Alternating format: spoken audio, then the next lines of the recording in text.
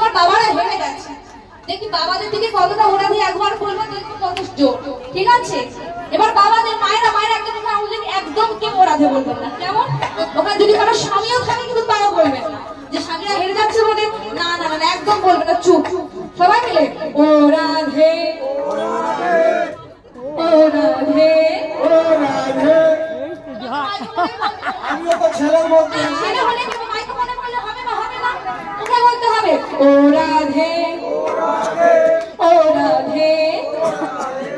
ও রাধে ও রাধে আচ্ছা সবাই